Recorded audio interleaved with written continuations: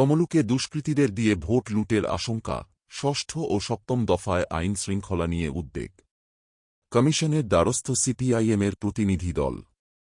সাংবাদিক বৈঠকে কি জানালেন সিপিআইএম নেতা শমিক লাহিড়ী?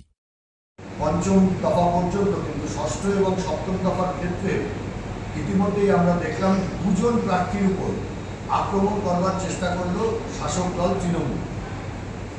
দমদমে সুজন চক্রবর্তী এবং যাদবপুরে সৃজন ভট্টাচার্য। এক্ষেত্রে প্রশাসন নীরব, বরঞ্চ বহরা থানার ভূমিকা অত্যন্ত নক্কারজনক। বিশেষ করে আমরা দেখলাম ঘটনাস্থলে অ্যাসিস্ট্যান্ট কমিশনার পৌঁছচ্ছেন, কিন্তু ওসি এসে পৌঁছচ্ছেন পরে।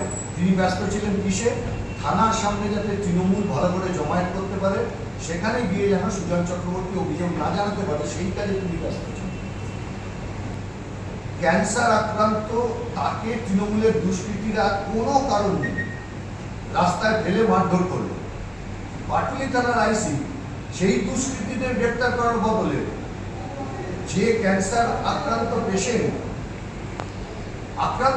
আক্রান্ত হলেন তৃণমূলের হাতে, তাকে থানায় 107 দিয়ে ডেকে পাঠাচ্ছে এবং তৃণমূলকে ডেকে তার বিরুদ্ধে এফআইআর করাচ্ছে।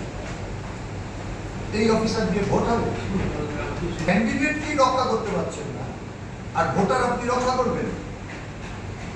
আর এরিয়া ডমিনেশন, সব জায়গাতে কেন্দ্রীয় বাহিনী নিয়ে থানায় বসানো হচ্ছে, তারপর ভোটের দিন তারা শুধু বুথটা রক্ষা করছে।